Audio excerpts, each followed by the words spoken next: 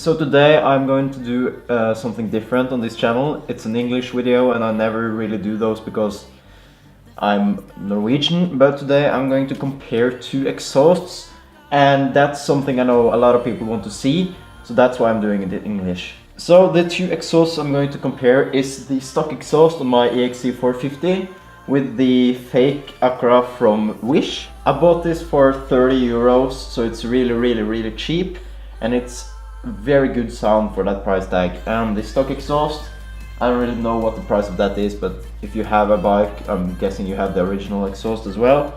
So it's a pretty small exhaust, as you see on these clips right here, and it has this fake carbon tip. It looks pretty good though, but yeah.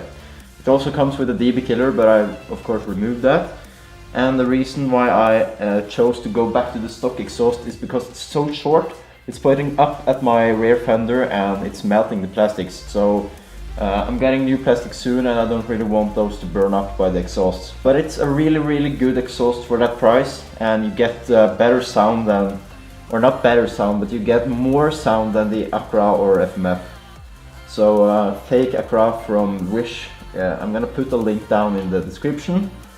It's a really good exhaust, and I really recommend it if you don't have too much money to spend on exhaust. So yeah, let's go to the video and compare the sound.